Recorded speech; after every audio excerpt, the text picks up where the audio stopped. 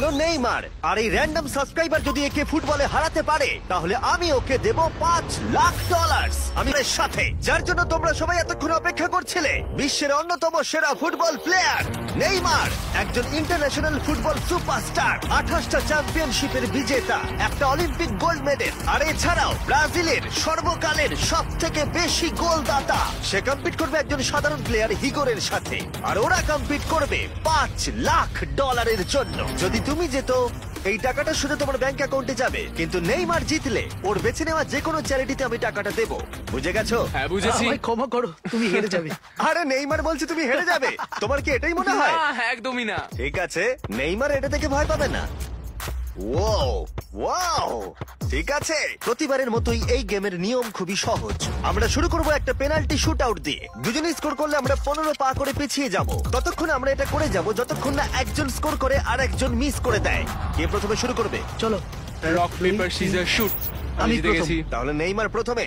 এতে পুরো চাপটা আমার উপরেই পড়বে। Easy easy.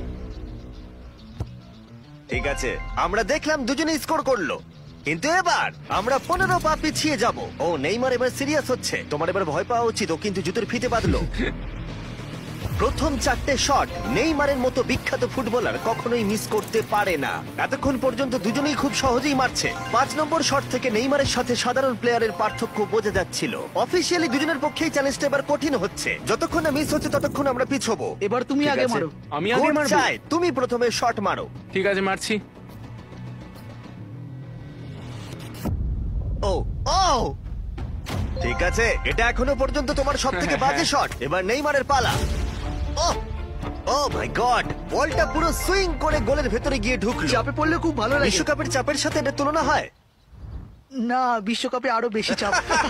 দাঁড়াও, তুমি শট মারার আগে তুমি $5,00,000 চেকটা ধরো। নিশ্চয়ই। তুমি এটা গোল করলে আর ও মিস করে দিলে এটা তোমার হয়ে যাবে। তুমি নেইমারকে হারাতে পারবে, ঠিক আছে? ভরসা রাখো। ঠিক আছে।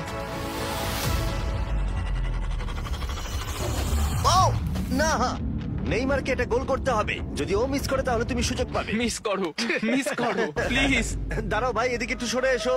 এই গোলটা তবেই কাউন্ট করা হবে যদি এটা বারের মধ্যে লেগে গোলে ঢোকে। না ঢুকলে এটা গোল নয়। নেইমার এতটাই ভালো যে ও বলছে গোলটা তবেই কাউন্ট হবে যদি বলটা বারে লেগে গোলে ঢোকে।